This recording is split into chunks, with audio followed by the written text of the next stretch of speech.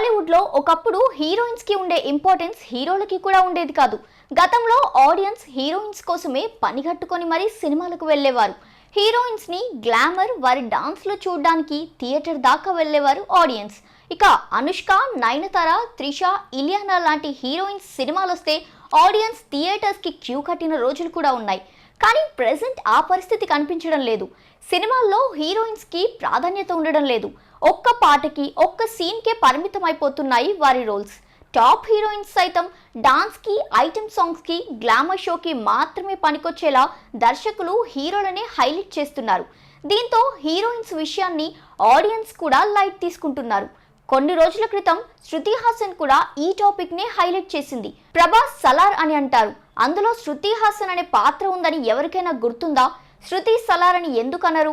Present heroine Jyothika కూడా అదే అంటుంది. కొత్తగా వచ్చే డైరెక్టర్లు మాత్రమే లేడీ ఓరియంటెడ్ మూవీస్ ట్రై చేస్తున్నారని, పెద్ద డైరెక్టర్లు అసలు అలాంటి సినిమాలు చేయడానికి ఆసక్తి చూపడం లేదని అంటుంది. నిజానికి హీరోల కంటే హీరోయిన్లే 10% అధికంగా కష్టపడుతున్నారంది జ్యోతిక.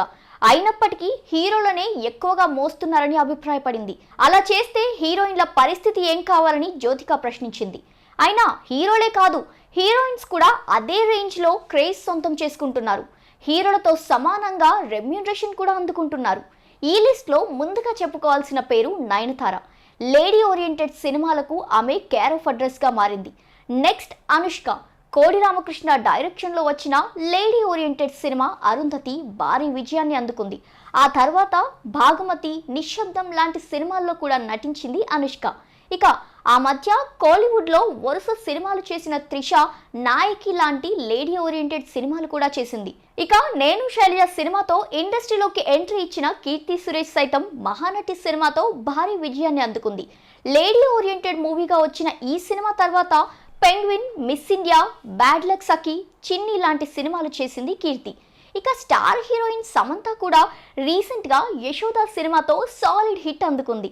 కెరీర్ బిగినింగ్ నుంచి నటనకు ప్రాధాన్యత ఉన్న పాత్రలే ఎంచుకున్న సాయి పల్లవి కూడా గార్గి అనే లేడీ ఓరియంటెడ్ సినిమాల బాట పట్టింది. అంజలి కూడా అటు హీరోయిన్ గా నటిస్తూనే మరోవైపు సహాయక పాత్రలు కూడా చేస్తోంది. అలాగే ఛాన్స్ దొరికినప్పుడల్లా ఈ అమ్మడు లేడీ ఓరియంటెడ్ సినిమాలు సైతం చేస్తూ అలరిస్తుంది. సినిమాల్లో వారి పాత్రకు తగ్గట్టు మార్షల్ ఆర్ట్స్, గుర్రపు స్వారీ, బైక్ రైడ్, స్టంట్స్, ఫైట్స్ నేర్చుకున్న వారి కష్టానికి తగ్గ ప్రతిఫలం లేకపోవడంతో మొత్తంగా లేడీ ఓరియంటెడ్ సినిమాలపైయే దృష్టి పెడుతున్నారు నేటి తరం హీరోయిన్స్.